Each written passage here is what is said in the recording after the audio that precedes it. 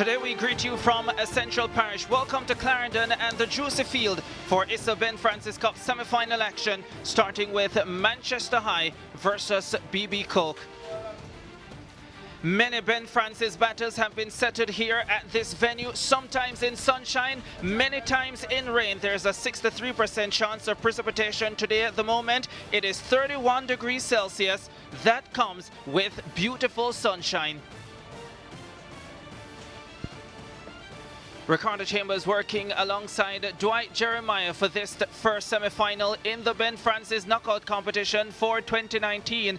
And Dwight, it's a spanking looking outfield for this contest. And we've seen some wonderful football here at the Juicy Field over the years, and we're expecting the same this afternoon. Most definitely, these two teams are two attacking teams.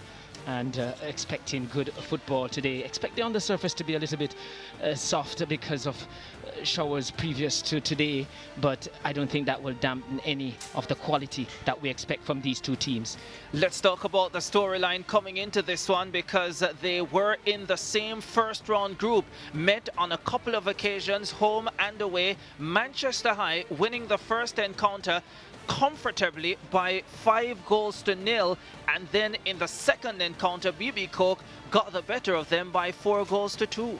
5-0 might have been a little bit closer than many persons would have think, just the scoreline suggesting 5, but it was 1-0 with 81 minutes gone in the game, so they would have conceded BB Coke 4 goals in the last 9 minutes, and so they turned the tables in the second game when they won that one by 4-2. Incidentally, in that second game as well, Manchester led by 2-0. Most definitely. So what it's suggesting is that there's not much secrets between these two teams. They would have been meeting for the third time this season, so not much surprise you feel, and these coaches would have to work overtime to try and surprise each other. Also, when you look at it, one thing that will certainly get us going is the fact that some 11 goals would have been scored in the two games between these two, and so we expect more goals in this semi-final and this afternoon. I based on the history between these teams, having met some 6 times before, would have only had one time when they had a 0-0 drawn game. So once these two teams come together, you expect to have goals, and I don't expect that to be different today. And both these two teams also looking to land their first ever schoolboy title, and so they would want to push hard, you feel, to get into the finals. Manchester would have been touted at the beginning of the season, expected to go very far away in the DaCosta Cup. That was a disappointment when they didn't make it, so I'm pretty sure they'll be looking at this Ben Francis Cup as their route to silverwares this season. Of course, the teams that make it to the semi-finals of the DaCosta Cup do not contest the Ben Francis knockout. Nonetheless, these teams want a title. You start the campaign wanting to win the DaCosta Cup, of course, wanting to be in the Champions Cup, wanting to play for all those big trophies, but if it doesn't happen, the Ben Francis is still a big trophy to have, especially for two teams who have never won schoolboy football titles. Manchester High have a great history in the Ben Francis Cup. Final in 2013 and 2015, on both occasions losing to St. Elizabeth Technical when they were in the middle of a tremendous 5-year run in the Ben Francis knockout. And BB Coke, they've rarely gotten here. They've already met twice this season, 1 win apiece. What a chance to settle the score. What a time to settle the score. The Ben Francis Cup semi-finals, where there is still so much at stake. An opportunity for a title long sought after, a title to help build towards greater glory, to build school spirit and team morale. For these two, there is still so much riding on this cup. It's BB Coke versus Manchester High in the Ben Francis semi-finals for 2019. Many would want to, as you were saying earlier, Ricardo feels that the this competition because it don't have the semi-finalists of the prestigious DaCosta Cup. You feel that it would lose some of its prestige. Not so at all. I mean, winning is a very important thing, and if they can win their first title, they will want to push on for many more. So for sure, still some prestige with this title. Without a doubt, without a doubt. Darren Lewis, the first assistant, Cleon Ferron, the second assistant. Andrew Hayden from the parish of St. Catherine will be taking charge of this encounter. And no nonsense referee. Some would even categorize him as an aggressive referee. Manchester High, the two-time finalist, wanting to win their first Ben Francis and Schoolboy Football title. Let's have a look at their lineup, their four-man defense with Amaria Leslie at left back, Lamont Rochester at right back, Tamar Clark and Kamoy slowly in the central defensive positions. Dane Golding, with 17 goals to his credit, leads their midfield. And they also have a three-man forward line. Livingston Walker will be the focal point. Janoy Simpson, who scored in the quarterfinal against Frome Technical, is not here today. He's injured, as is midfielder Wayne Atkinson. They play that 4-3-3 formation, very fluid, slick moving formation, and it gives a lot of option going forward. Weakness, the flanks, as we all know. BB Coke.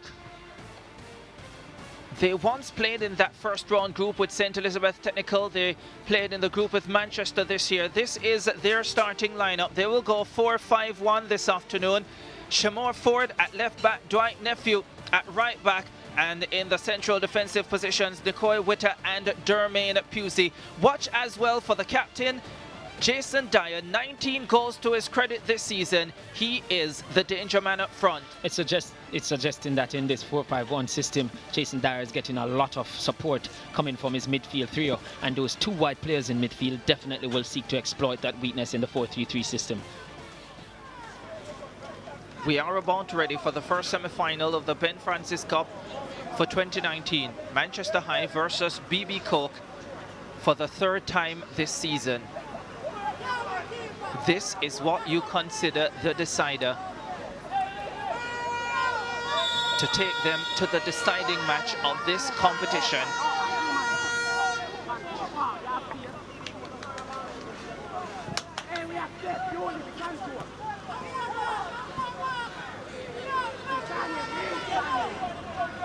As we said earlier, these two teams, when they do meet, you expect to get goals.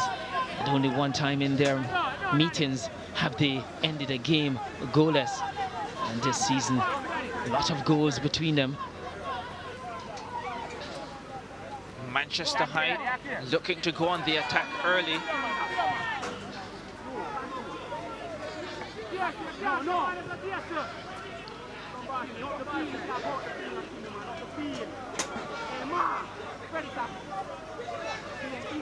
Vassar Reynolds knows what it's like to win knockout trophies, to win trophies. Won the DaCosta Cup with Racines in 2017. Incidentally, that was the last match Clarendon College lost in the DaCosta Cup competition. Also won the Walker Cup knockout with Wolmer's. And Kemar Ricketts, a young coach, making his name in St. Elizabeth at BB Coke and doing a fine job at it. 4 years for Ricketts at BB Coke, and he said wanted to have a lot more years, but he was told he was too young a coach to take the head coach position. But since he has taken over at BB Coke, every year they've had an improvement in their performance and also in their points tally. Of course, in previous years, they had to play in that real difficult zone with St. Elizabeth Technical and Monroe College, Magati, all decent teams. Manchester on the attack. Eric Carnegie loses possession. Now Nelson for BB Coke.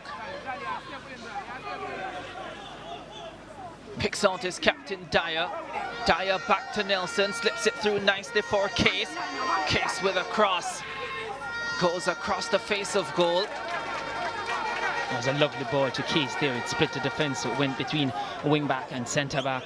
And that's always a difficult one because most often both defenders not quite sure who should cover that. But interestingly, we're expecting to see a good battle in the middle of the park because based on the formations that both teams are playing, and it's 3 central midfielders for both. BB Coke will be looking to win many of those midfield battles. They will be expecting to outnumber Manchester in midfield. Certainly, if they have their 2 wide players tucking when they do not have the football, well, that will create numbers up. But I think for the most part, those wide players are to exploit the weakness in that system played by Manchester 4-3-3. If those 2 wide strikers do not track back, then lots of room is going to be there for the BB Coke players.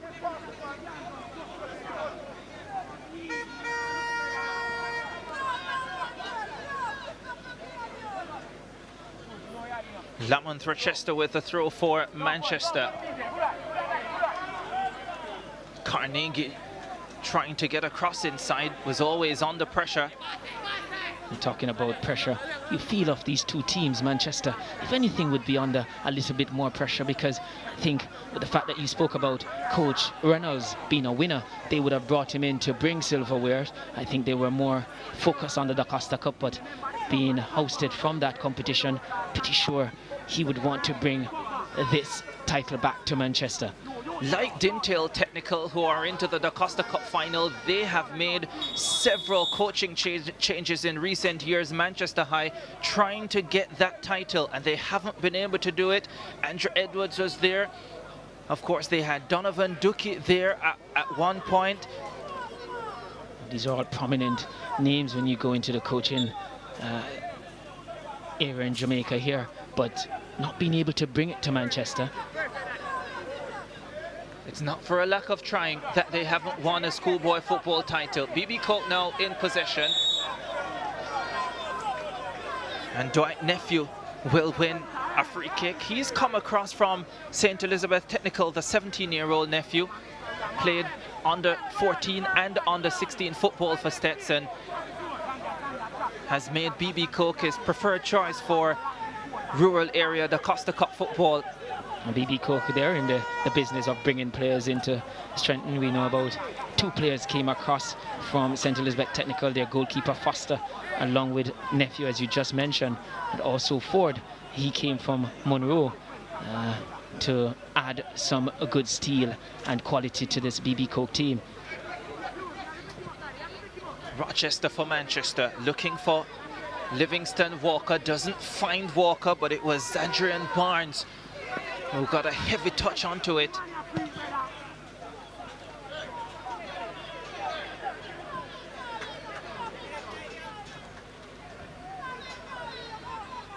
BB Coke on this venue this season not have happy memories. They lost to Lennon here by 2-1. That was in the 2nd round of the Da Costa Cup. They would want to really set the record straight today.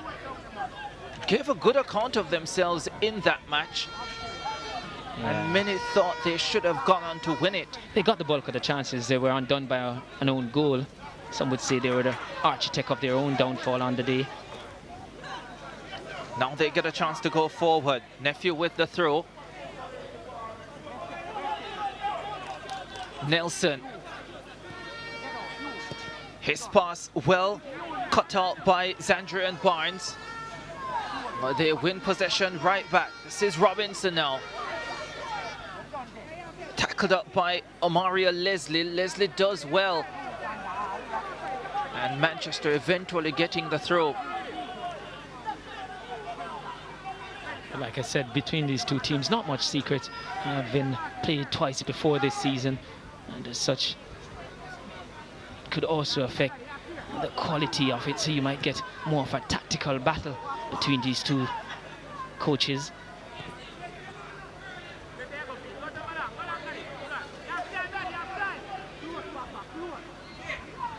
Robinson.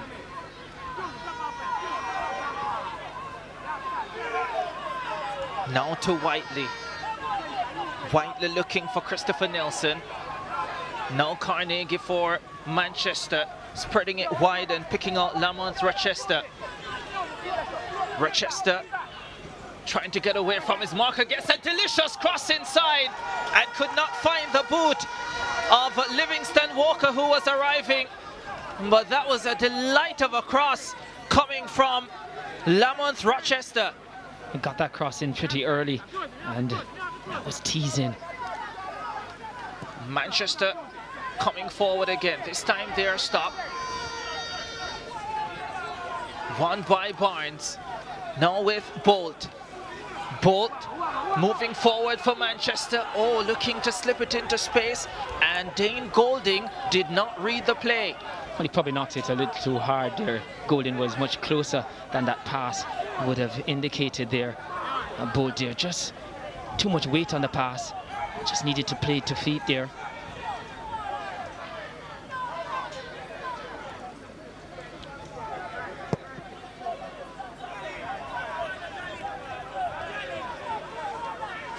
But in quick succession, we've seen where Manchester looking to penetrate this BB Coke defence. They've gotten the ball through, just not being able to get on the end of it.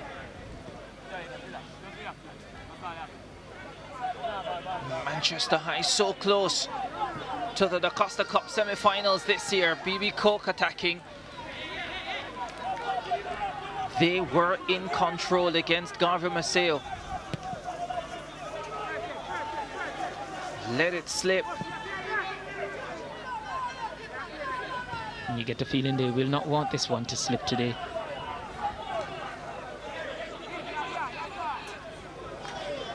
They've often gotten themselves in positions to win.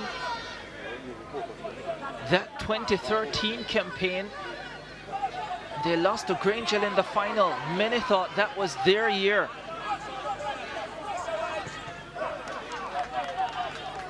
A lot of these players will not have been around that time, but I'm pretty sure in his team talk he would have mentioned how close this school has come before and would want to go one step further. But first they have to get to the finals, and they have a very good team in BB Coke to contend with today. Like Charlemont last year, it would mean so much for any of these two teams if they were able to go on and win this title. Trust me, you're right with that, Ricardo. I myself started my stint with William Niven for sure, and you haven't won anything in schoolboy football. Any title would be a good thing to bring to your institution.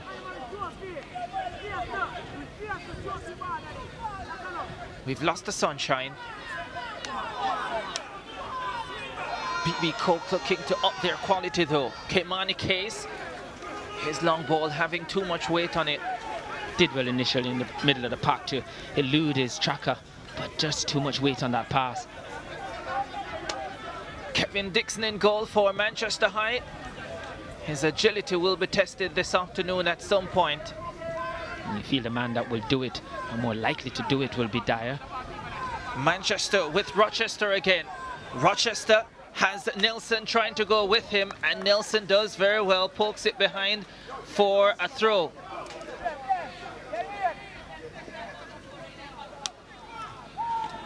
Nelson is not leaving Rochester, is he? But Rochester does very well, gets the cross in, looking for the head of Livingston Walker, who again doesn't make contact. They've got to be very careful of that Lamont Rochester. Yes, you feel BB Coker is going to have to do something apart from defending the cross in the box. Going to have to prevent the cross from coming in. What has happened so far is that I think Christopher Nelson has been expecting him to cross with the left foot, and he's been going for those crosses with the right foot. So often you have players playing on the left side, but they're favouring their right foot. Manchester looking for their captain Golding on that occasion, couldn't find him. Well, that's the second occasion he has done so, so you get the feeling that Nelson will have to do much better in terms of preventing that from Rochester putting that ball back on his right. It's a play he'll have to read, no doubt. Now, Manchester High attacking. Rochester looking for Carnegie. Now it comes to Carnegie. Carnegie slipping it forward, looking for Walker.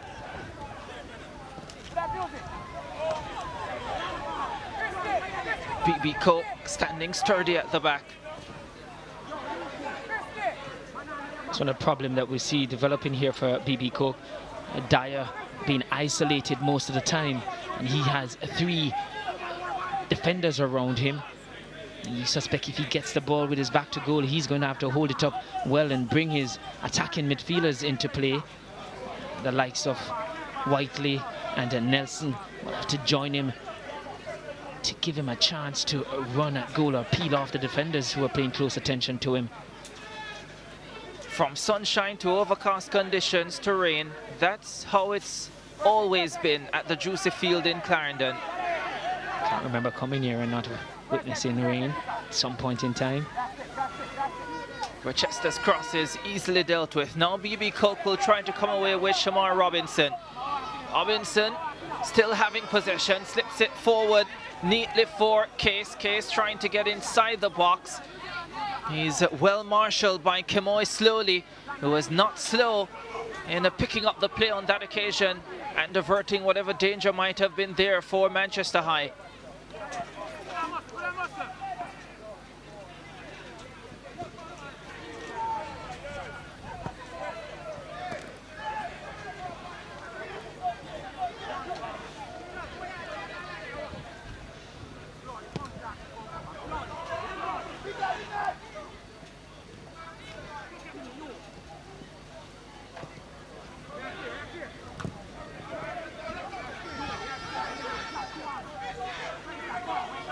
Here's Rochester again.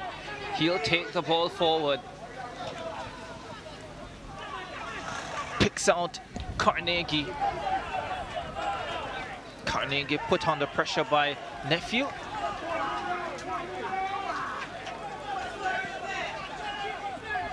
You see goalkeeper Foster for BB Coke sporting a necklace. You wonder, how did he manage to get past the 4 officials here today?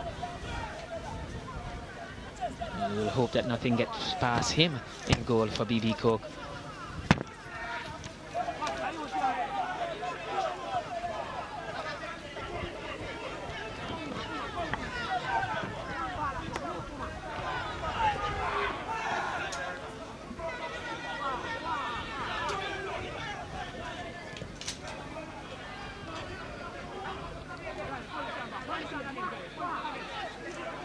Golding, the Manchester High captain,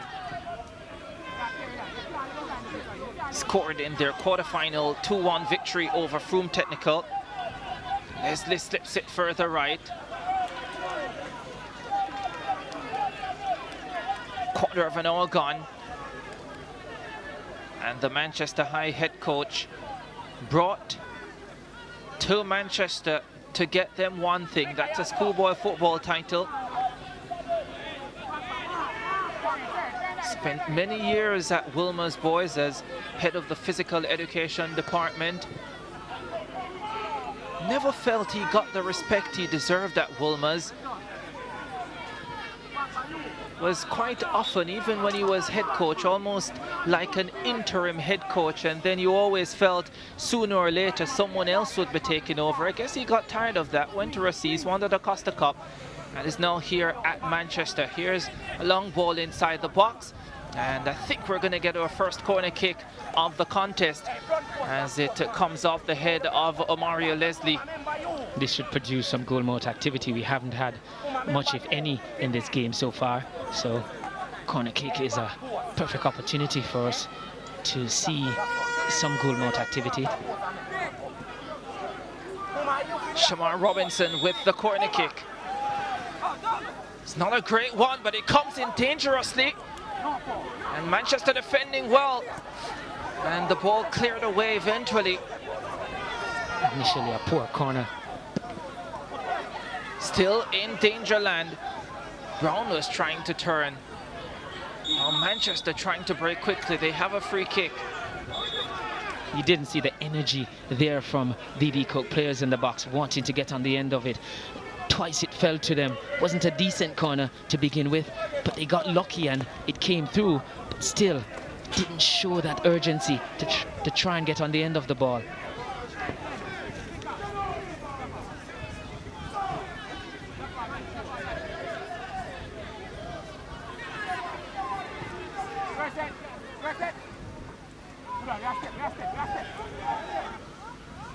Manchester with Carnegie. Carnegie looking for Golding, doesn't find him, but still in danger land.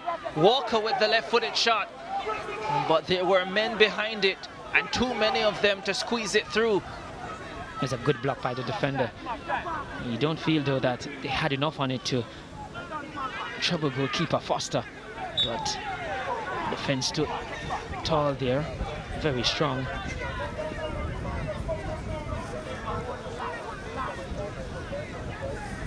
Both coaches trying to get their teams to really settle and play type of football that both have displayed or did display in their two previous meetings this season.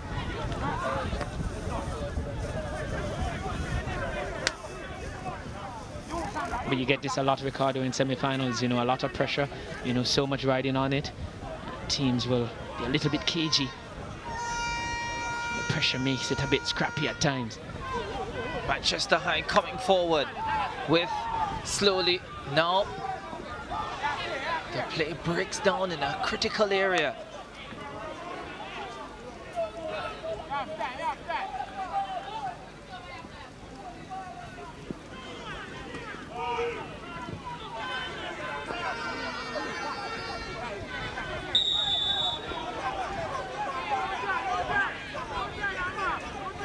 Felt Whiteley there for BB Cook. Should have done better when the initial ball came into him.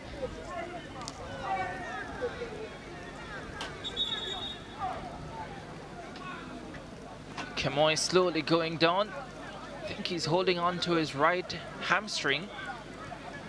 Yes, definitely. And would hope that that is not a serious issue, because those situations, you don't run those off.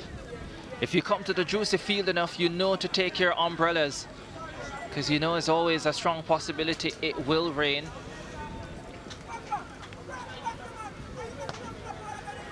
And your water boots as well. I think the reason that we see in this situation slowly holding on to that hamstring is because it was trodden on by Dyer. So I suspect any torn muscle there. Just a bit sore from pegs off Dyer.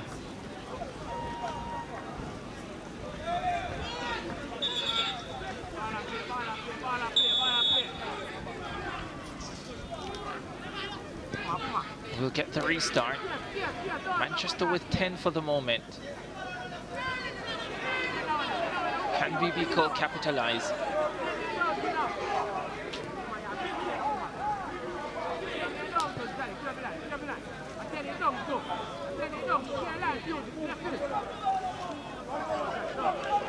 Bolt goes long.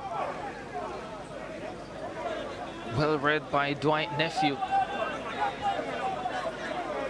Doing enough to shield the attacker and win his team a throw.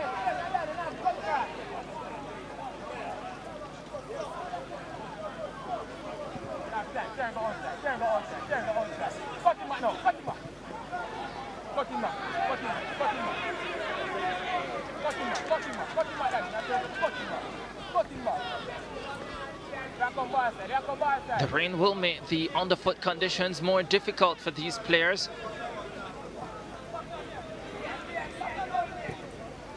It was already soft because there appears to have been overnight rain here.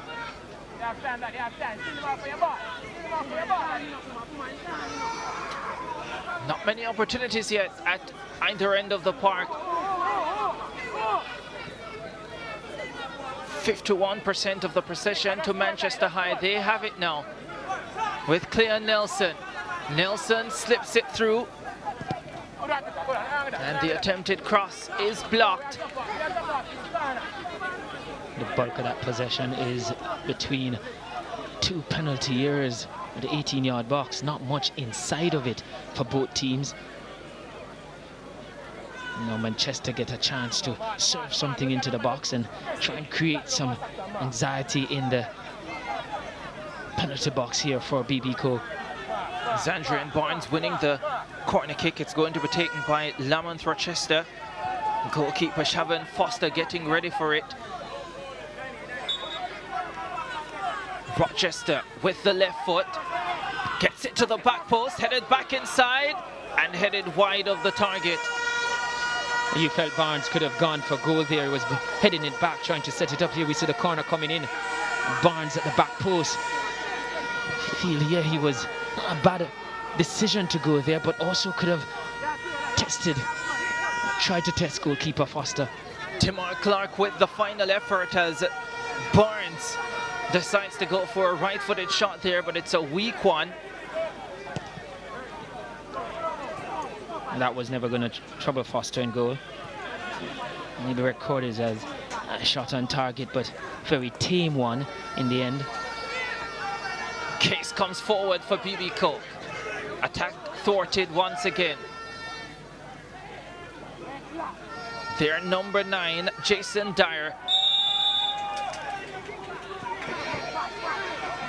Did very well there, Dyer, to win his team a free kick right on the edge of the box there. Just turned, he was always going to be outnumbered, but just turned to the part of the defender, cut across him, made a challenge. And Jason Dyer is such a pivotal part of this man's BB Coke unit. Very pivotal and the focal point too, because they play that 4-5-1. He's the focal point up front. Kevin Dixon knows there's a strong possibility he could be tested here. Shemore Ford standing behind it for BB Coke.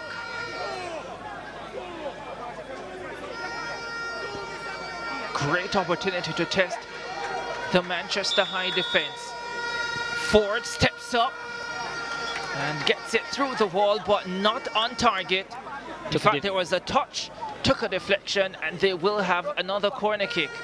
And despite that deflection, you don't feel that it was going to be something that was going to trouble Dixon.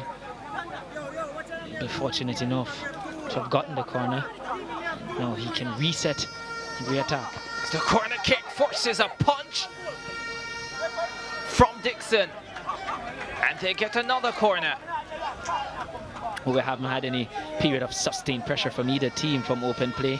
So first period of anything sustained from a double corner for BB Co. Third corner kick of the contest for them. It's a teasing cross, but it's headed away from the target. Comes out to Case, who tries to make a case for a brilliant goal, but it's well charged down. And you feel this game needs a goal.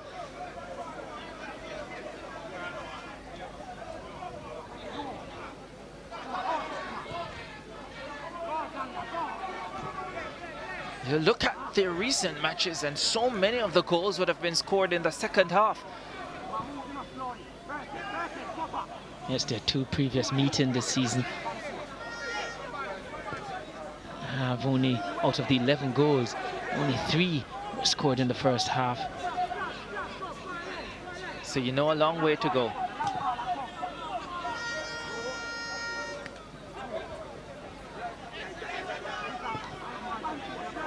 Good defending there from Slowly, who is back on the park. Manchester High now going forward, looking for Walker.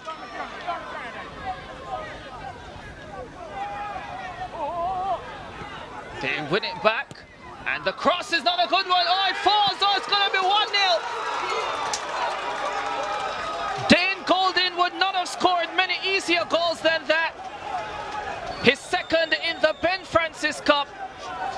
His 18th in all competitions this season. And a terrible goalkeeping error gives Manchester High the lead in Clarendon. It's 1-0. That's a case of from nothing to something. That's a gift. I mean, we're only in November, close enough to December. But Foster here, he served a gift up there to a golden, and boy, did he unwrap it. It didn't need much unwrapping anyway, but certainly he took the opportunity. Merry Christmas and a Happy New Year. We just mentioned that this game needed a goal, and maybe Foster was listening in on our commentary here, and he obliged. Dane Golding gets Manchester High on their way. Wow. Wow. 19-year-old Siobhan Foster in his last schoolboy football season has made a big mistake. Has brought in from St. Elizabeth Technical to really shore up the goalkeeping position, but did not look sure there, anything close to being sure. Incidentally, St. Elizabeth Technical have had their own issues with goalkeeping this season. And I guess maybe that's why they did allow Foster to go. Maybe in the past he has had those issues. Good kid nonetheless. He has 5 CXC subjects, so tough for BB Coke. Well, as I said, the memories here, it's not been good for BB Coke this season. They gave up an own goal here against Lennon, and that's the closest you'll come to a goal, to an own goal that is not really one, because a goalkeeper there just threw it on the feet of a Golden.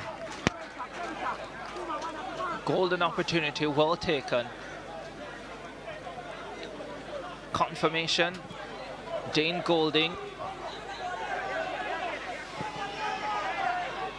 17 goals this season, and I'm pretty sure none was as good as or easy as that one.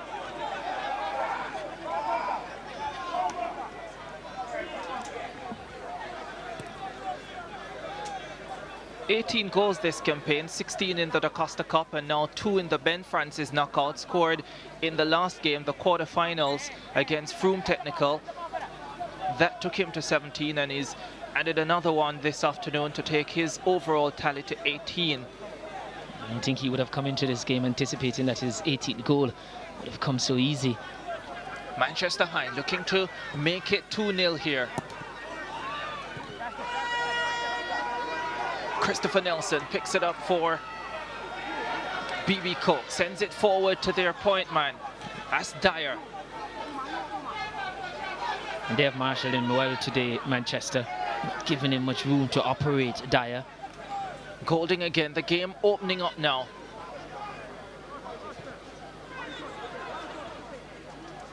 BB Coke shouldn't be too flustered.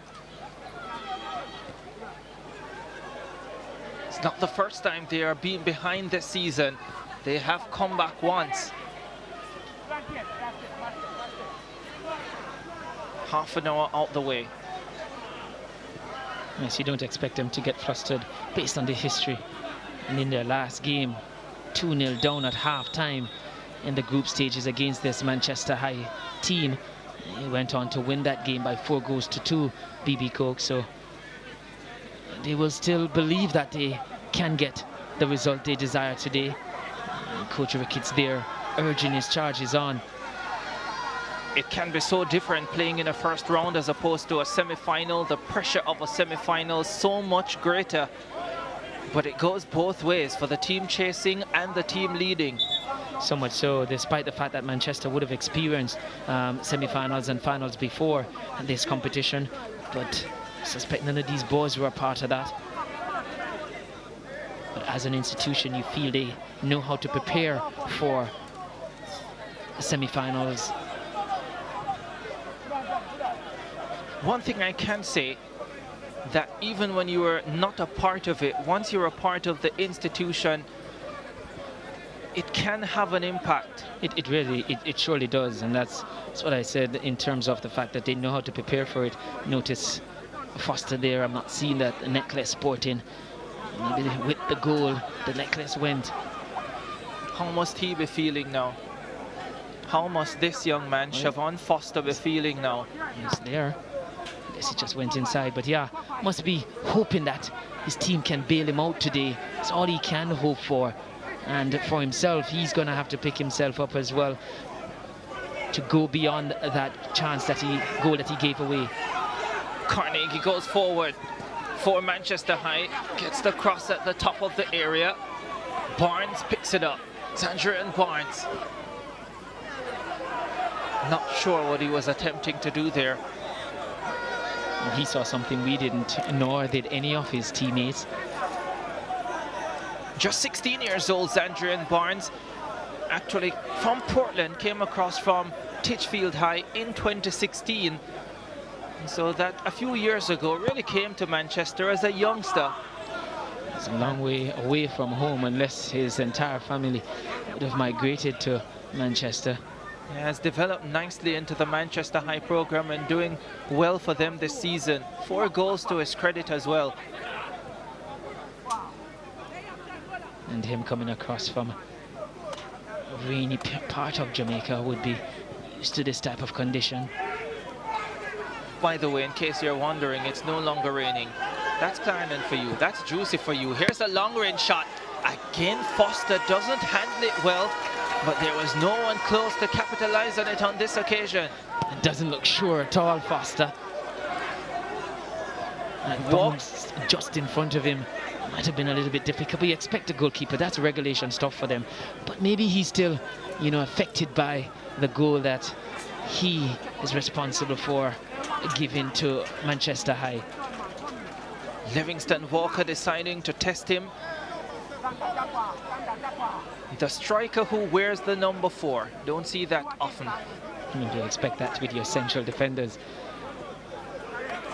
But we're going to expect a lot of, possibly we will see from Manchester High, based on the first goal, a lot of shots coming from distance, to see how much Foster will be able to deal with those situations. I will be taking every single opportunity right now.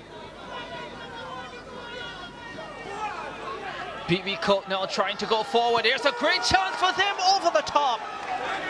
Kimani Case with the final touch.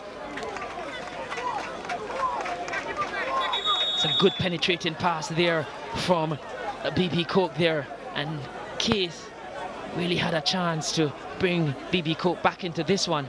Just poke it over the top. It's always under pressure, and maybe just put off there by Bolt. Daniel Whiteley with the pass.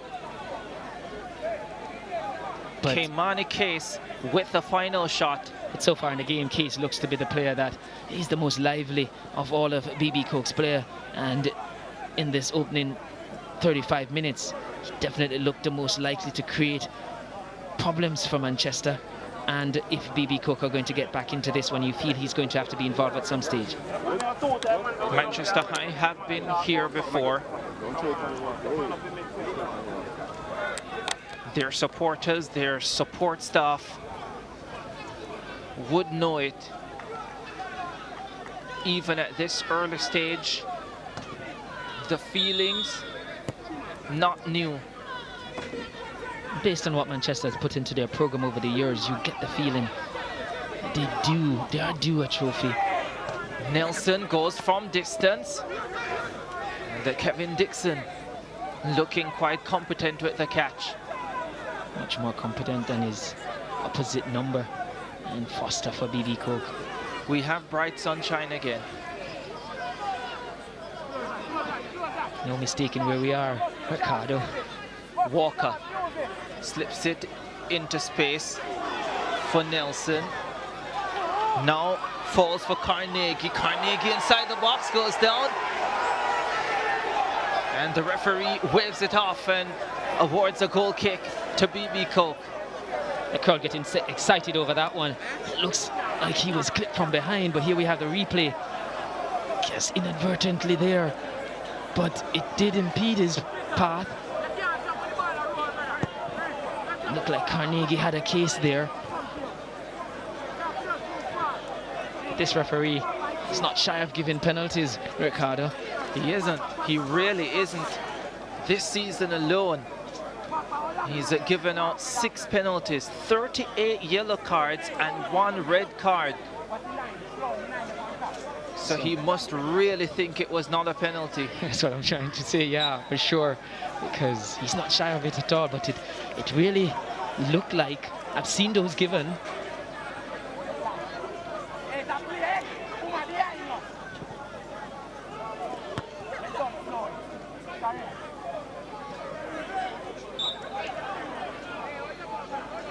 Manchester High competent enough at the back so far. And throughout this 38 minutes, have looked the team most likely to get on the score sheet. They have done so already, though fortunately they will say, but they have provided more or presented more threat going forward than BB Coke. I think one of the problems for BB Coke here is the isolation of Dyer up front. Just not having his attacking midfielders in Whiteley and Nelson close enough for the most part of this encounter.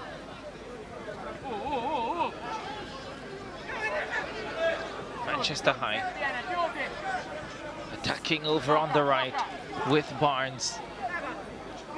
Wins another corner kick. Xandrian Barnes, the second one, he's won from that position. And expect the Manchester High players entering this 18-yard box to be on the alert, looking closely at Foster. Anything that and there we see the goal scorer in Golden going right in front of Foster. Wondering if Foster will be as generous as he was earlier.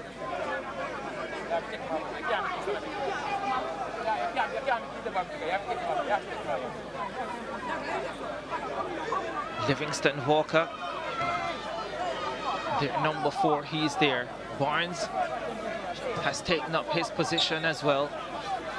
Rochester takes the corner kick short. Lifted in by Leslie. Flag up offside. Just mixing up their corner kick there, Manchester. I would have want that one to go into the box with the crowd around Foster. Dyer loses possession. Manchester High will get it in midfield.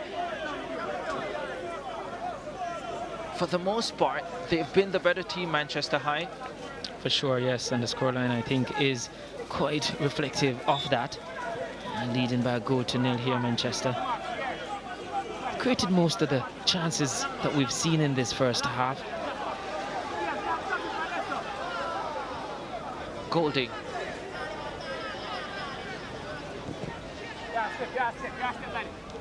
His coach spoke about consistency for him. Bolt now. Back to Bolt.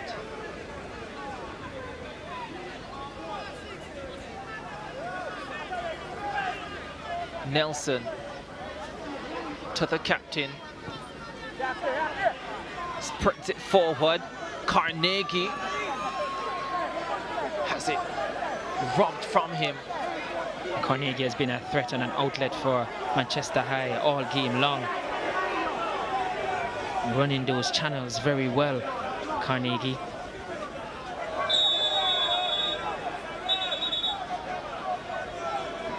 First card will come out for this contest.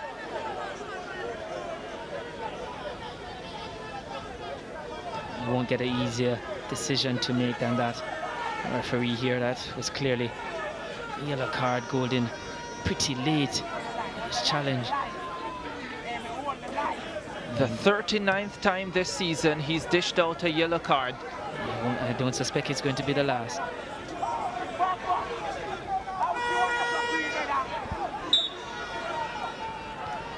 He did have an opportunity to increase his penalty count. Didn't take that. Referee.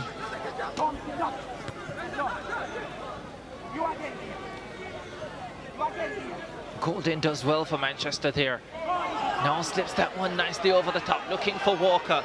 Walker has Nicoy Witter for company. He's also getting help from Barnes now. Barnes back to Walker. Walker with the shot brings out the save, which under normal circumstances you would say easy for Shaban Foster, but based on what we've seen already this afternoon, It might not have been so easy, but he did quite well on that occasion. Well, he did take it on the second attempt. Didn't gather it first time. It was a good counter-attacking move there from Manchester. Haven't seen a lot of that in terms of quick transition, fast break.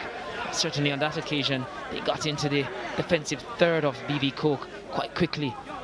Started with a lovely ball from Dane Golding, just showing what he's capable of. That's Cleon Nelson, the transfer from Lacovia High in his first season with the Manchester High team. And Lacovia, the other decent team that would have been part of that tough Da Costa Cup group with Stetson, Monroe, previous to BB Coke, Lacovia, all there. We saw that opportunity there again from Manchester High.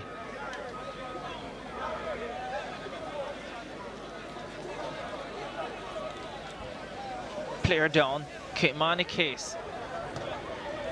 He's been decent for BB Coke. Has been decent, and you suspect BB Coke will want to see him back on his feet again. It just landed awkwardly at that left ankle. Those can be painful, depending how far it was rolled over just now. They'll keep a close eye on him if he gets up and continue here. Could be limping for the period of time until he can run that one off. No matter what the conditions, you almost always certainly need your umbrellas here at Juicy Field, whether it's sunshine or rain. Definitely, Ricardo. More so for the rain a lot of times, but stand there, no cover on it, so you have to bring your own covers, which the umbrellas will do. Half-time approaching in the first semi-final of the Ben Francis Cup for 2019. Manchester High leading BB Coke by a goal to nil. But definitely, based on the previous meetings this season, not a done deal yet, and still expecting a lot more to come in this second half. Twists and turns we have seen many a times with this cup at this venue. And with these two teams this season, 8 goals in the second half between them in 2 previous games. He'll be pleased going into the halftime break. Reynolds. For Manchester High, for so many times it's been about seeing it through.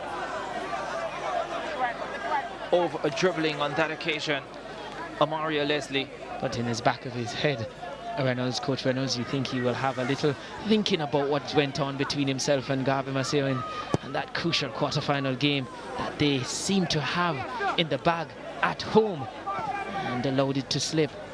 He'll think about that, but it's part of it is also a culture with Manchester High not able to see through some of these very tough situations in these matches. He will want to change that starting today. Just a minute of time added on.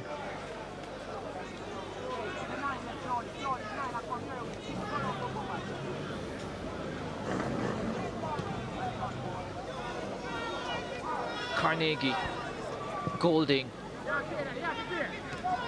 headed on for Walker, who is onside.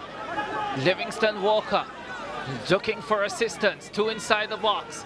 He does well. Walker decides to go for goal and brings out the save. Parried over the top. It's a tremendous strike from Walker. Had pace, had precision on it. That was on target, and Foster had to bring out his best save so far for this game. It was dipping under the crossbar. Siobhan Foster up to the challenge on this occasion. But Walker did well, showed good strength to hold off the defender. A beautiful left foot strike. Corner kick coming up for Manchester High, forces another save from Walker. Foster there at full stretch to the back post. And you wonder if that one was dipping into the top corner. Might have just been going over, but he Wouldn't have been sure there. Foster had to make sure of that one. First stanza all the way here at Juicy Field, Manchester High, halfway there, halfway back to the Ben Francis Cup final. Dane Golding with his 18th goal of the season, the second in the Ben Francis Cup, has given them the lead. It's 1-0 Manchester over BB Coke at half.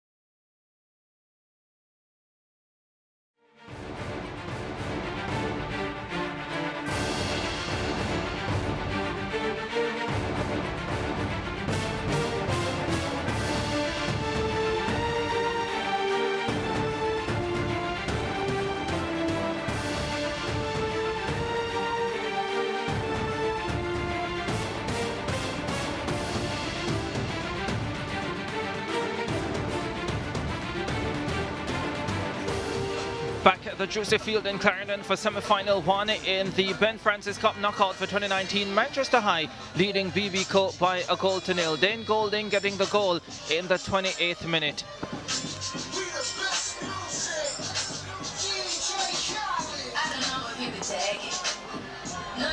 BB Co must try and find a way back into this contest.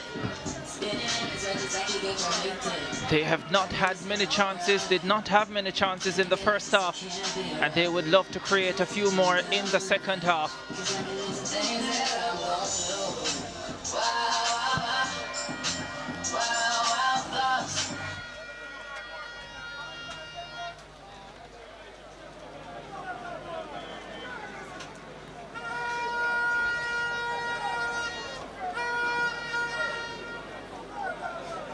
BB Co captain Jason Dyer, they call him Big Nine. They need a big moment from him here today. He has had 19 big moments so far this season. With his 19 goals, he's going to have to find one more today, at least, to bring BB Co back into this game. Second half underway. BB Coke with work to do. Manchester High looking to hold on. Whether that means to a 1-0 lead or that means finding a way to extend it, we are about to find out. We wait and see if there's any change in shape from BB Coke in the second half.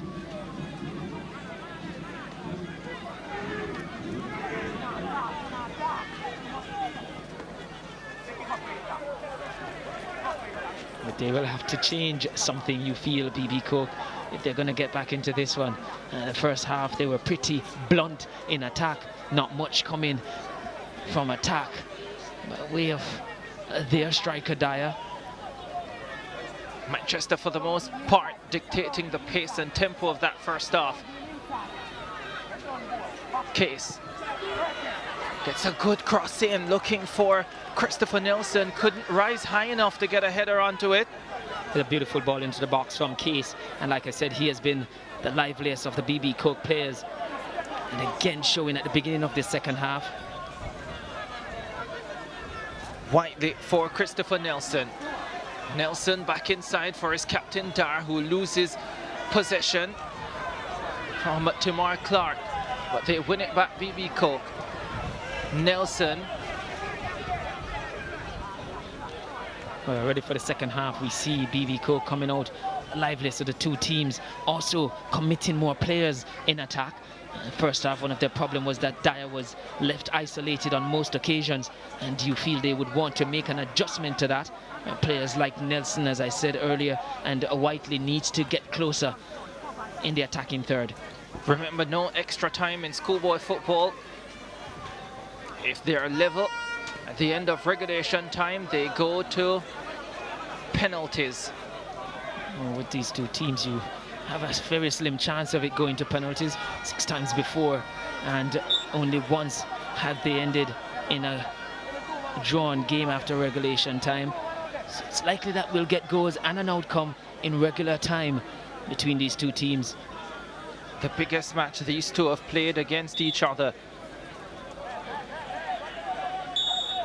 Amaria Leslie stands over the free kick. One of 2 players who came from Titchfield actually in 2016.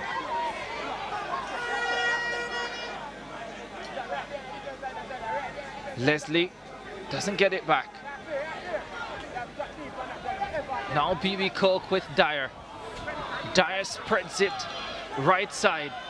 Goes forward for Case. Case is bumped off the ball by Timar Clark.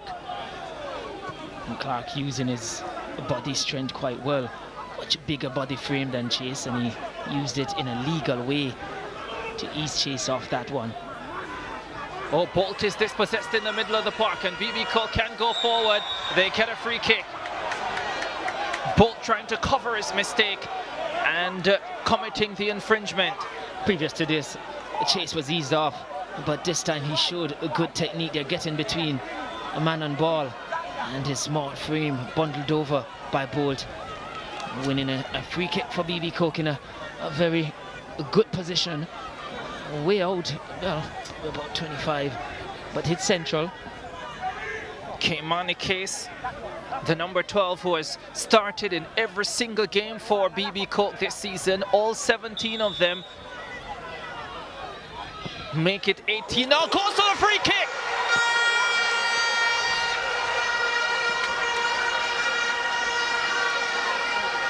They have tested Kevin Dixon in goal, and they have beaten him. BB Cook are level. This semi-final has just started. We spoke earlier that these two teams, definitely second half will see goals, and BB Cook came out the brighter in the second half and rewarded with a goal very early in the second half.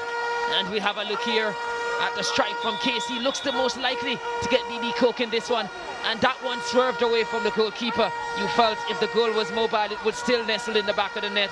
It had movements on that one from Case. His 6th goal of the season, Keimani Case.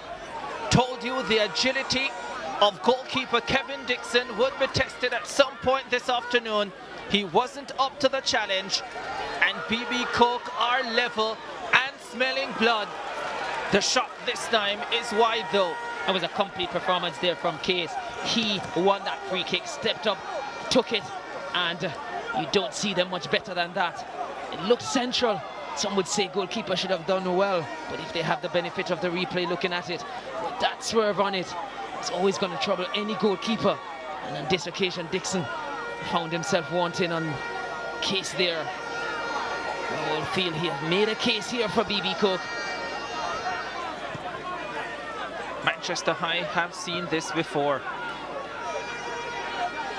Haven't always been able to escape it.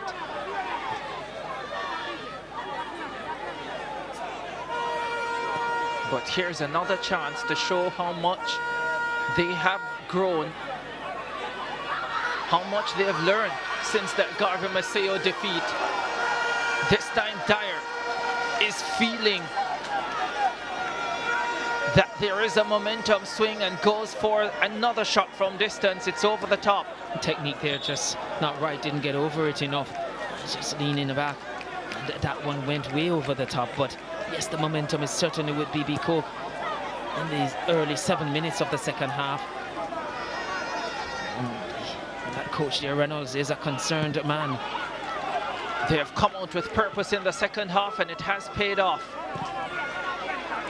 Many dubbed them the second half team this season. BB Cook done a lot of their damage in the second 45 minutes of games. I know that ball had swirl on it, but again, I just think both goals, better goalkeeping would have kept them out. Dixon lined himself up behind it initially, but the late swerve on it just took it away from him.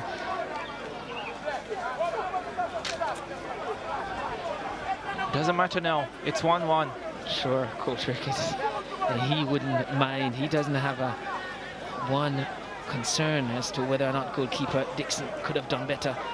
All he's concerned with, he's happy that his team is level.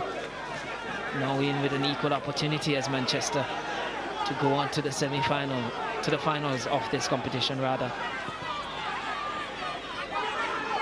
Cleon Nelson. Manchester now with Amaria Leslie. Leslie sees a little space in front of him, but unable to find Zandrian Barnes.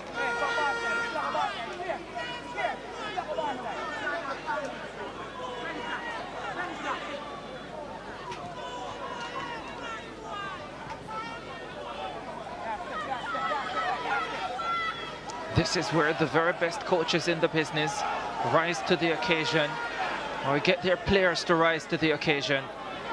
They say you earn your money as a coach at this busy end of the season in top games like these, high pressure games like these where a lot is on the line.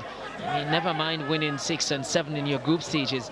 It's here and now in the semi-finals that you really, really show your worth.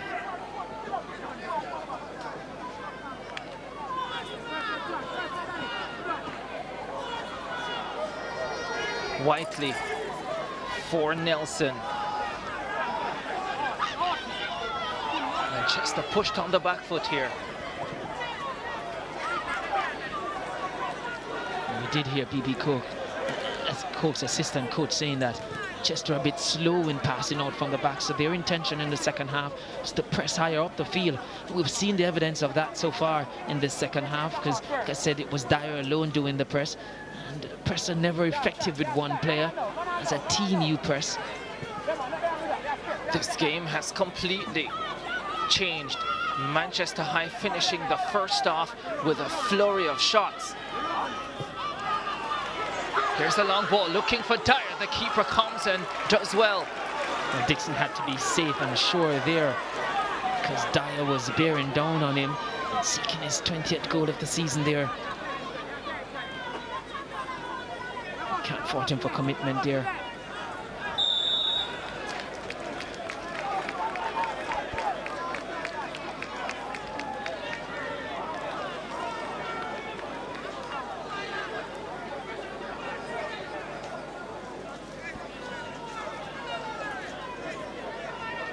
This is what you want in semi-finals. The goals, the commitment. We've got a little bit of a little extra when we got little howlers. It has everything in it. Twice they have lost in the semi-finals of the Ben Francis Cup. Manchester High, twice they have lost in the final.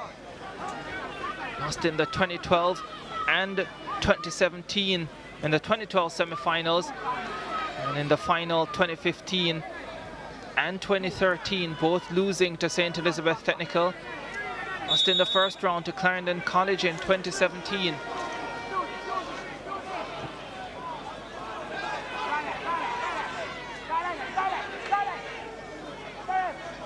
You can often feel the sense of desperation for that elusive title.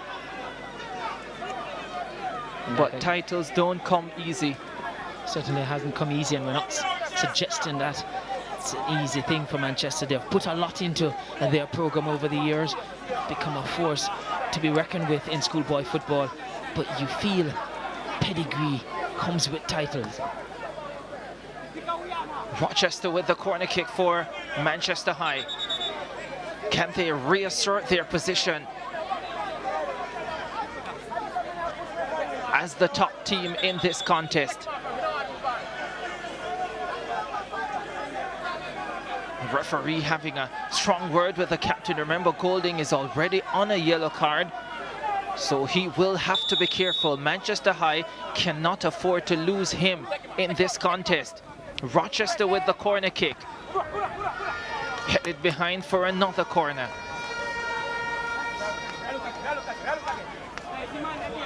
BB Cook will want to stand firm here. Would not want to concede so early after leveling this encounter.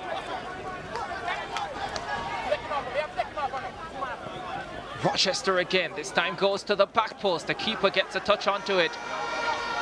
Takes it away from the target. Foster looking a bit more sure in the second half, but you feel that would have come from those 2 saves he made late in the first half, would have helped boost his confidence after he gave up such a soft goal in that 28th minute of the first half. Not a sight that BB Cook would want to see there. Captain and point man Jason Dyer on the turf.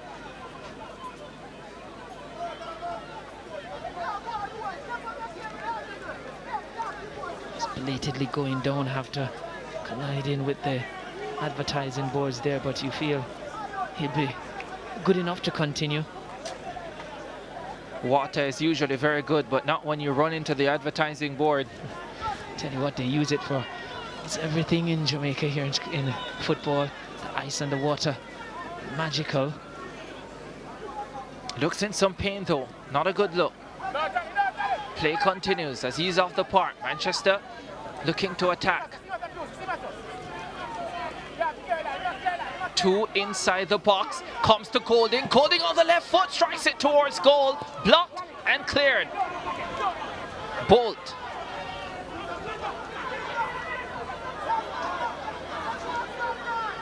BB Cook comes away with it.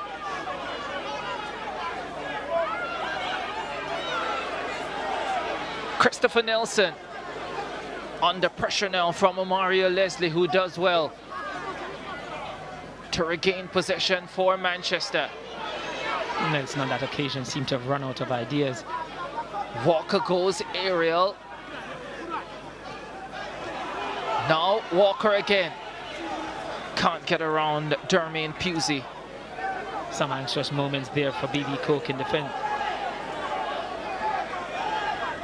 Here's a look at the shot from Golding, well blocked by Pusey. And then cleared by Nelson. Pusey there getting his big frame in the way of that one. That was destined, it seemed, for the far corner. He wasn't going to leave it to Foster. That's what you want from your defender, willing to put their body on the line. That should build the confidence in the Manchester High unit.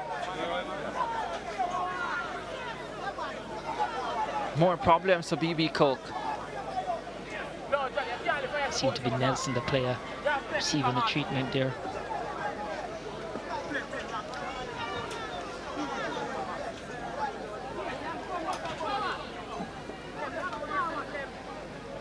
Could be a problem there for BB Cook because they arrived at the venue late.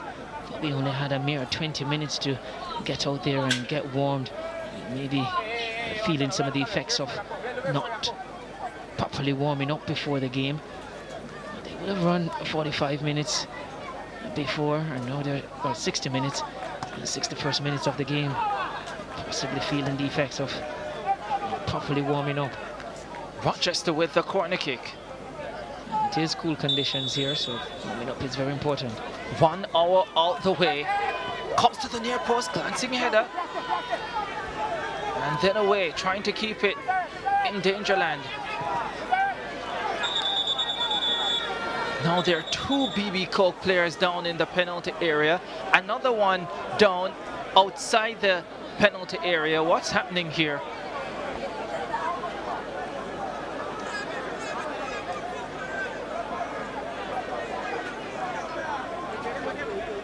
Thought initially that Bolt had gotten a touch onto it, but hadn't gotten the head to it at all.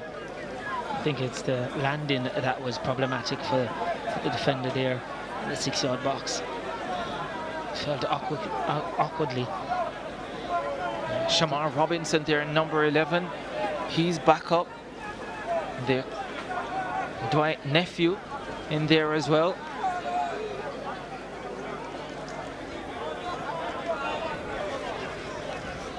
And now Case, their goal scorer, getting a stretch. Probably feeling the effect earlier of the 28 minutes left in regular time. Could be a stretch for them if they keep going down like this. Manchester will see that sign and would want to press them much harder, play at a much faster pace. Case still running now. Whiteley looking for Nelson. Nelson loses out. Manchester with Barnes, chips it forward. for Walker. Walker now to his captain Golding. Golding under pressure but finds a little bit of space to make the pass to Barnes. Barnes, another pass to Walker. Walker strikes it towards the target, but there is no power behind it. But a neat little build up from Manchester High. Walker, we know he can strike it much harder than that. And that left foot of his does pack a punch on that occasion. Woefully lacking in power and even precision. Barnes again. Oh, Barnes does very well. Finds his captain Golding. Golding will be under pressure. And the pressure tells. You get the feeling Golding could have played a drop ball, a drop pass into the path of Barnes there, but made the run centrally. Barnes seemed to be the creator for this Manchester High team. When he gets on the ball, it appears things will happen for them. Thought initially it would be a goal kick. It's a corner kick for Manchester High.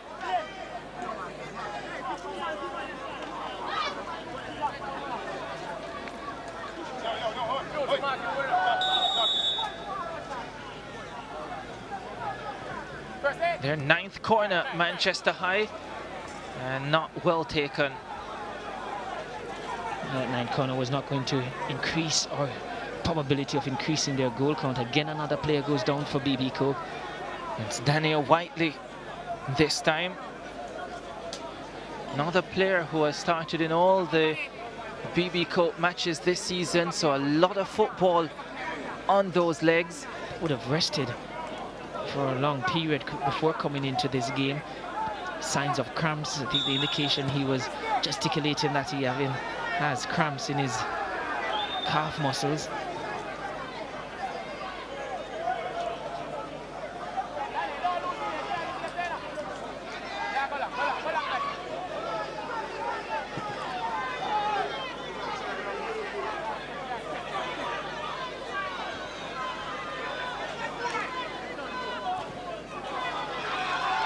Ball into the path of Case.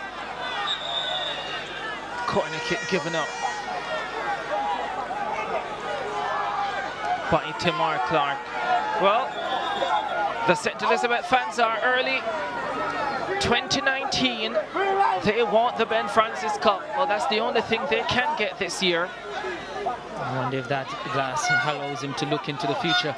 But if you ask him, he would definitely tell you that he sees Stets winning the Ben Francis Cup this season.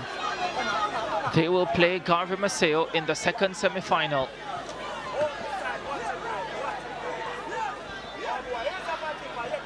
That one is expected to be a cracker as well. The BB Cope boys are hanging on, and they have a corner kick as well.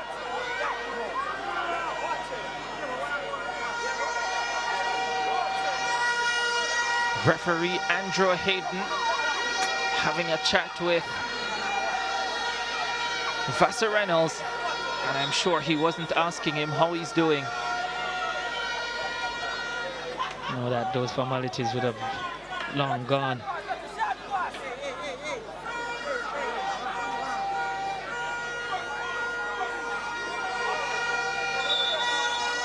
Shamar Robinson with the corner kick. Comes out to Case.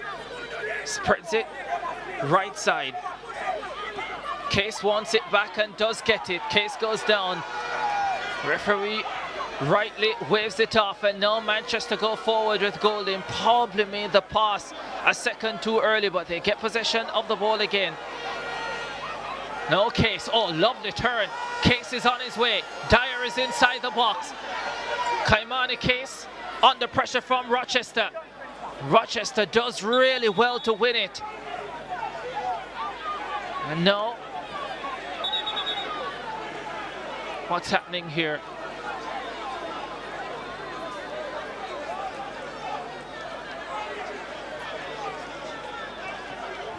Must be a water break.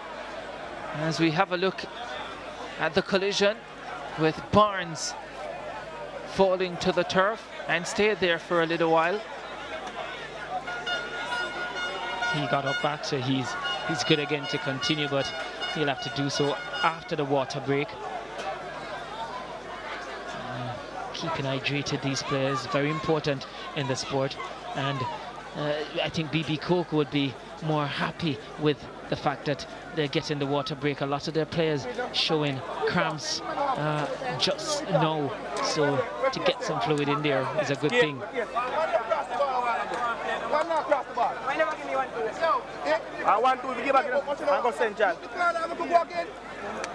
Hope you can understand. He's saying their case on that occasion didn't get the ball in the box. And Coach Ricketts lamenting that missed opportunity to serve a ball into the danger area. And you feel he's right with that, because Case going in a physical battle, he's not going to come out the winner on most occasions. He's not a big lad. He's a small, wiry player. You feel once he gets the better, the wrong side of the defender, you want him to get the balls into box. Vassar Reynolds looking a calm fellow at this stage.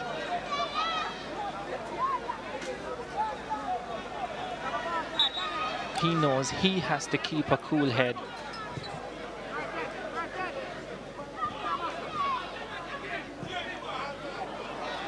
Manchester High, Walker is offside.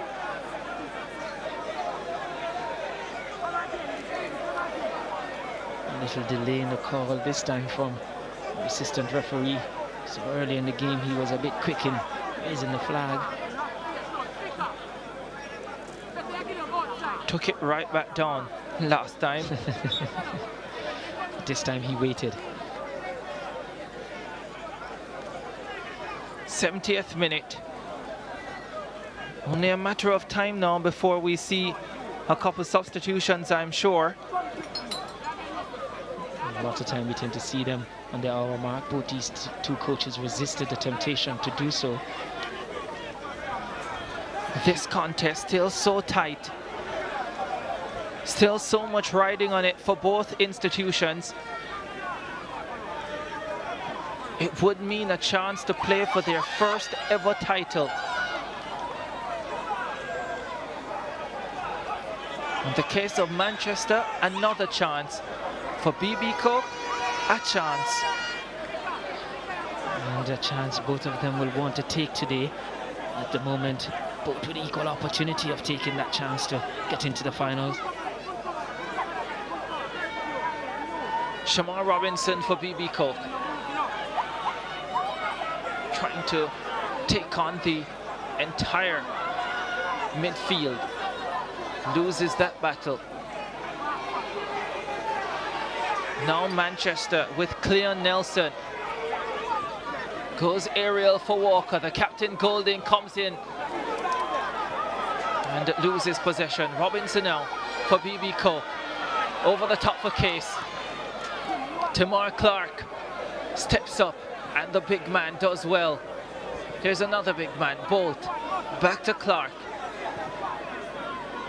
For Golding. The goal scorer for Manchester. Golding switches the play, looking for Barnes. Barnes does well enough to keep it in play. Now goes for the cross. Couldn't find the head.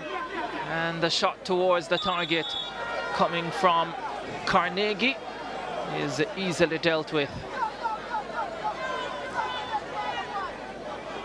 Again, Whiteley down, struggling. He was the one down earlier, suffering from cramps in the calf muscle. Daniel Whiteley has scored 2 goals for BB Coke this season.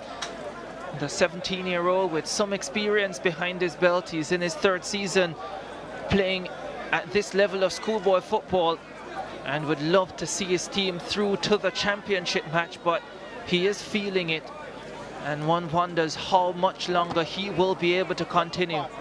I guess again some more water being taken in there by the BB Coke players. But the problem with that is that getting hydrated is not on the day as they are doing there now. You would have to start that days before the game, and you suspect they might not have done that, these players from BB Coke, and feeling the effects of that. Manchester High boys for the most part standing pretty tall, strong. Leslie Gives up a free kick. Christopher Nilsson chips it forward.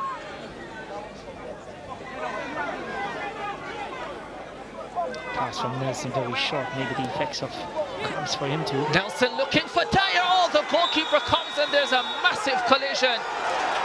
The referee now points to the spot. BB Coke with a glorious opportunity to come from behind and take the lead.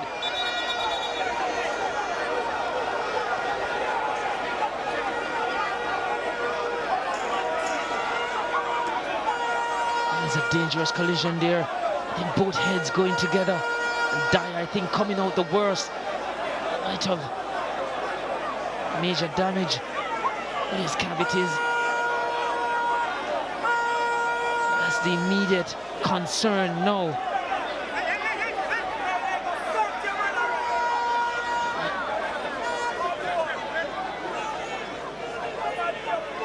So lost a tooth here. Dyer, close look here. The goalkeeper, for me, got ball. He got ball, yes, had all reason to go.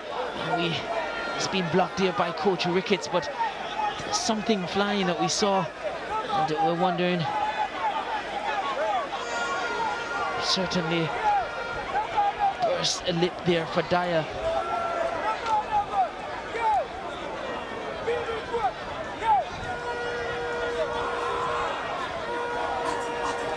Yeah, so he has a burst lip. I don't think there's much concern about a tooth, apparently. Good, that's a good sign. Just his lips trying to discern whether or not he's suffered any concussion there. We know the rule in that regards, where once you have that, it's danger. The goalkeeper seemed to have suffered some cut as well. He's leaving. He's bleeding. So Kevin Dixon, concern for him. Concern as well for Manchester High. Let's have another look at it. Christopher Nilsson with the cross. Dyer trying to get onto the end of it. The goalkeeper comes, gets ball, and then there is a massive collision. The referee points to the spot. I think that's pretty hard on Dixon. I think he came and got the forehead is bleeding there of Dixon, but both players had all right to go for that one, and you felt what came out of it. It's a collision that I don't think warrants a penalty. On this occasion, the goalkeeper getting to the ball just before the collision took place. All eyes on the ball. I think it's pretty harsh. I think it's pretty harsh as well. So Zaire Martin will have to come into the game, and his first piece of business is to try and deny Shamar Robinson from the spot.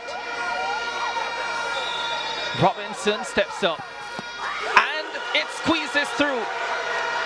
PB Coke in front in the Ben Francis semi-final against Manchester High School.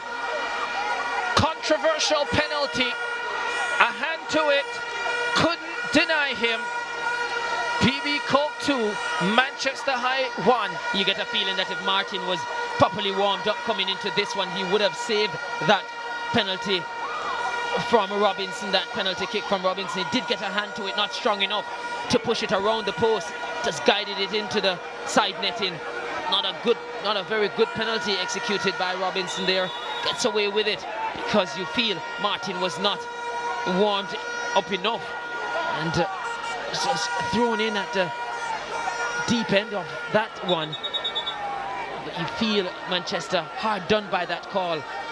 The referee, that's his seventh penalty call for the season. I think if his other calls or anything to go, that was anything to indicate his penalty call. And you feel earlier in the game, Manchester,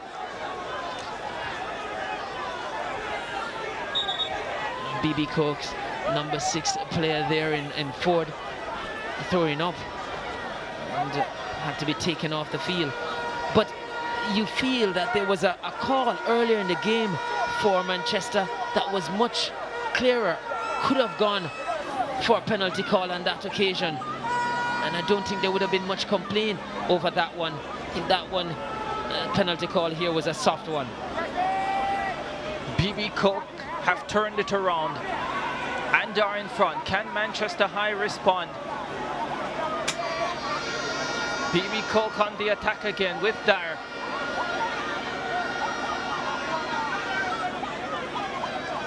Now Whiteley.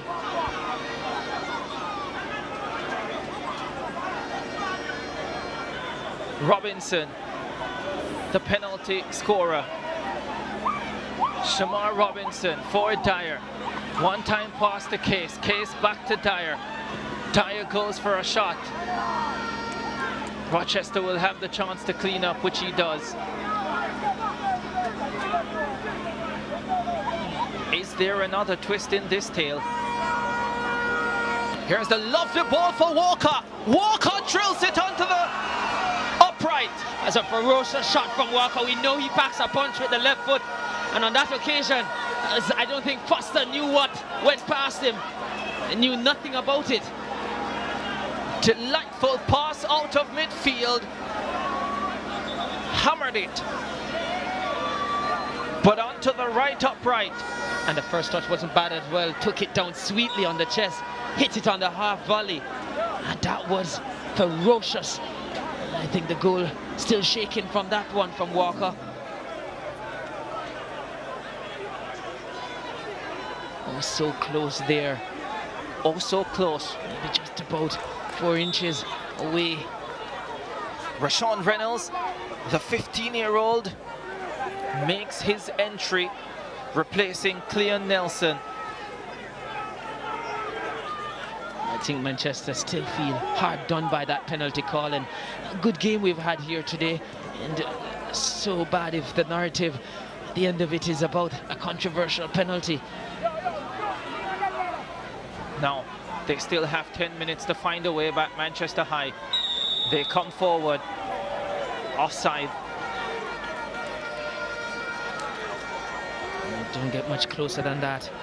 And trust me, that strike from Walker, blistering pace on that strike. I think when goalkeeper Foster's hand went up, the ball was already rebounding off the post and going back out. These are the moments Manchester High haven't always handled well. These are the moments they didn't handle well in the Costa Cup quarter-final round against Garvey Maceo. Can they find a way to change their narrative as BB Cook gets ready to make a change, and Dashan Bartley is going to be coming onto the park. And we wait to see what setup it is, because what they take note is one of their attacking midfielders, whether Barkley will set up in that same position. We wait and see.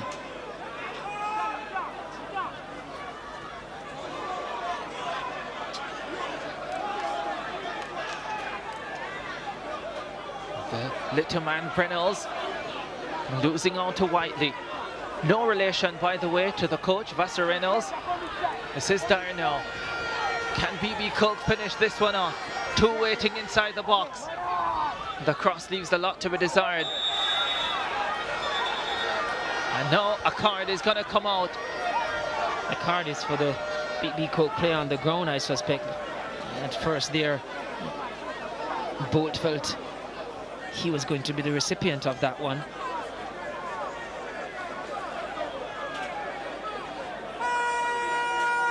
Handed ball. Daniel Whiteley. 40th yellow card issued by referee for the season. And counting. I don't think you'll be wrong by saying that, Ricardo. Captain does well. Manchester will get the free kick. This is not over yet. Manchester led 2-1 in their match against Garvey Maceo in the quarter-final round of the Da Costa Cup and lost it 3-2. Well, in the first leg between these two teams, Manchester was leading 1-0 up to the 81st minute.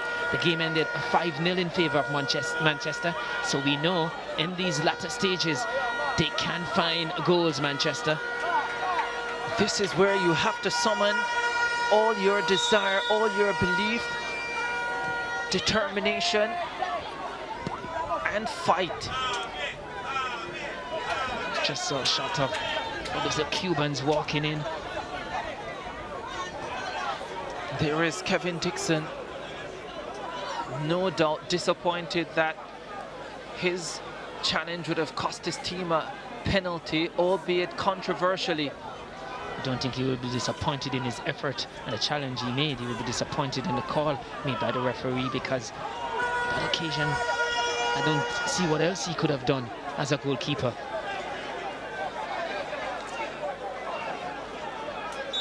Time ticking away.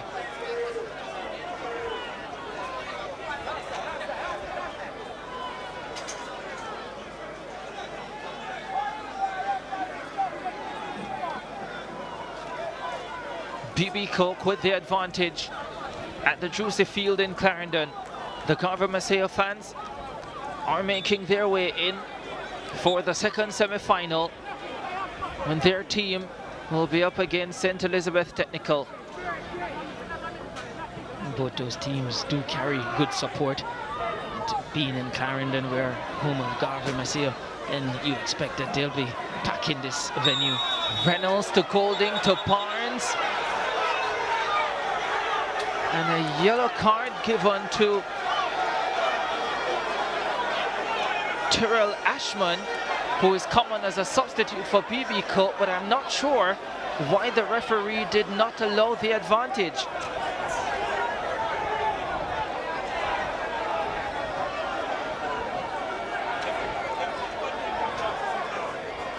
Could have played the advantage there, but I guess he was more concerned with, as you were saying, Ricardo, keeping that yellow card count going. Free kick for Manchester High. Tamar Clark.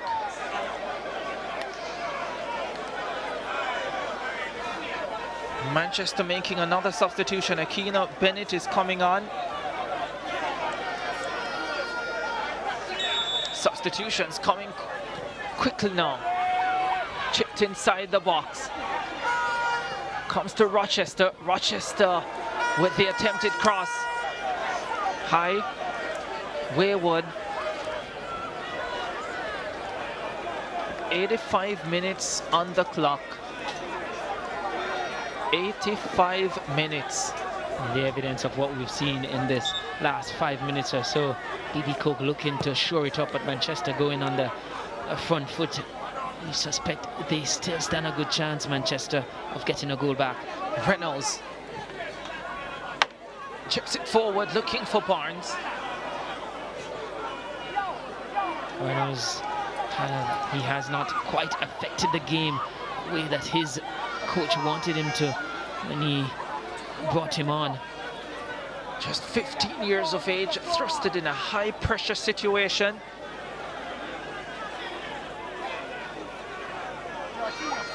For me as a coach, and as the talent is so bright, I always don't want to put my young players under huge pressure to win a game or to bring you back into a game, but maybe he has the quality. BB Cook with that goes to goal. Oh, it curls just wide. How did that miss? That would have been good night, sweet prince. Bye-bye, Manchester. And Dyer, the player that BB Cook would want that one to fall to any chance at this stage of the game. 19 goals so far in the season, and so close to his 20th. Just dragged the shot wide. Almost looked like the goalkeeper. Did he get a touch on that one? Jason Dyer, Big Nine they call him, almost finished this one off. That's a big moment for him. Akina Bennett now for Manchester High. Bennett chips it inside the box. The goalkeeper comes and shows competence on this occasion. Oh, and then that. And then that. This is big now. The referee hands out another yellow card. This time to Siobhan Foster in goal. And a free kick for Manchester High in a dangerous position. Let's have a look at this. Foster did well initially to collect that one, but then the miss was faulty on the throw. Den had to be overzealous in his tackle to really stop Manchester having an attack on his goal. And that served up a yellow card for him. The ball just slipped out of his grasp when he was attempting to bowl it out. This 19-year-old has had an indifferent match, hasn't he? Zandria and Barnes is down. The coach doesn't really like that. You like consistency as a coach. If a player will give you 9 some days and 2 some days, you tend to go with a player that will give you 6 every day, because you like to know what you're going to get as a coach. I think with Foster as a goalkeeper, you're not quite sure what he's going to do at different stages of a game. Well, he's given Manchester a goal. He's made some brilliant saves, and he's given us some excitement towards the end of this one. 89th minute, free kick for Manchester High. Rochester is there, Walker is there, Bolt is there. Bolt leaves it for Walker. Straight to the goalkeeper. Had one ingredient on that shot, the power, but not the precision or the placement there, Walker. I know that left foot has pace, but straight at Foster. Foster doing the business on that occasion. Time running out for Manchester. We had a water break, we had a few stoppages, so we suspect that we'll have a healthy time added on. Here's Walker again, slips this one through. There's a glorious chance straight at the goalkeeper. Dane Golding, the Manchester High captain, with a glorious opportunity to level. And in the dying moments, the man who has scored 18 goals this season could not make it 19. He should have. It was a beautiful drop ball pass there from Barnes, and you definitely would have put all your money on Golding. Just picking a side. Just didn't need any pace on that one. Just either side of the goalkeeper, and he would have brought Manchester back into this one. Is that the moment? Pass from Manchester. Can he expect any easier chance than that? Dane Golding. He knows it. He knows it, you know.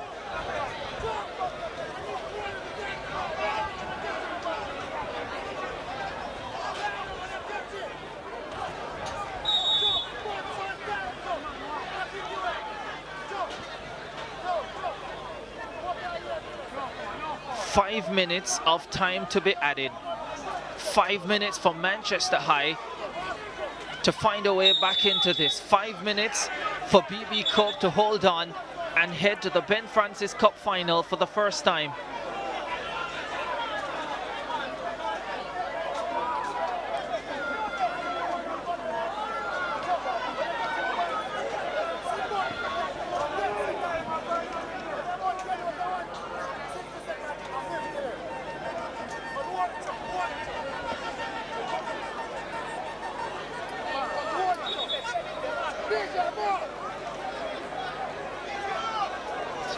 Minutes. Manchester season either to end art or they go on. So much going on. There's an off the ball incident.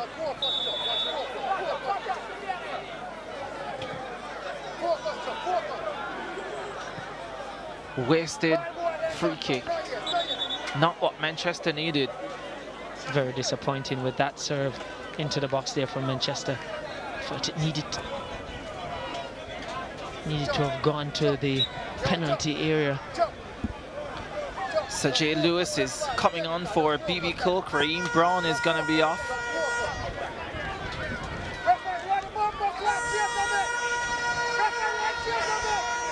The clock is ticking.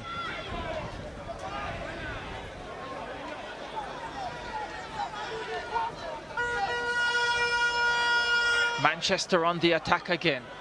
Barnes has help inside the box. Golding, yes! It's Walker, the flag is up. Wow, it's just not Manchester. Just not happening for them. Golden felt he had brought his team back into it, but on that occasion just drifted in an offside position, just a little bit anxious. Livingston Walker with the finish. Denied by the raised flag.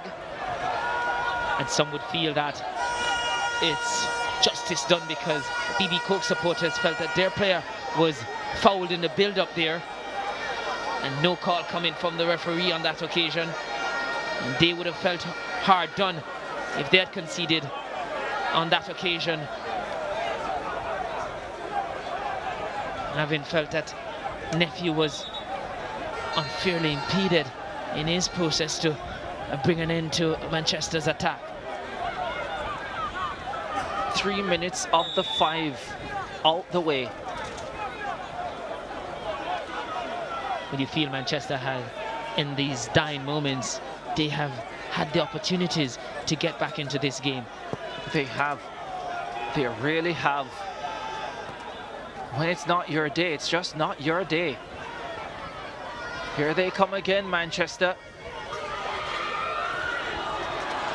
Timely intervention coming, and it's a throw. Had to get that one right because any misjudgment there and run the risk of giving a penalty away. Foster does well. It's not done yet. Still enough time for at least one attack.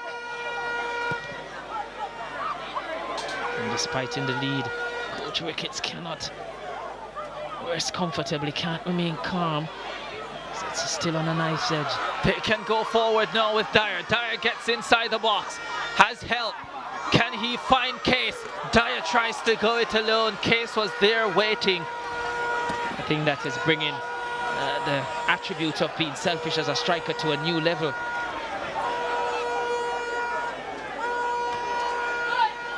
This could be the final attack for Manchester High.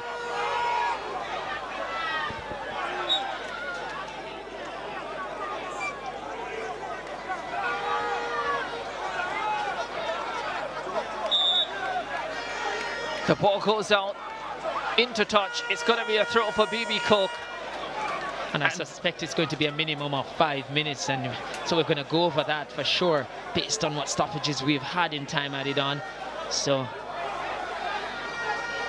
just be a little bit more time there for Manchester to get back in it. Case making his exit. What a game he's had. He's been the live wire, the main antagonist for BB Coke. Manchester, can they do it? They are fighting over the top from the captain, Dane Golding, and that could well be it. And you get the feeling, based on the attempts that we've seen from Golding since scoring, had he not gotten that gift from Foster earlier, he has not looked like scoring since then. He will be a disappointed man. So would he. He was brought in to bring trophies to Manchester, Reynolds. It's BB Coke. It's BB Coke who are going to the Ben Francis final. Kemar Ricketts and his boys have come to Juicy Field in Clarendon, and they are the ones celebrating. Manchester High denied again the elusive Schoolboy Football title. They will have to wait one more year. So will this man. It's not to be. It is not to be. He had chances. He knows it. He got them going, but he couldn't keep them in it. That man got the penalty for BB Coke that won them the contest. At the end of it, BB Coke 2, Manchester 1 in the first semi-final of the Ben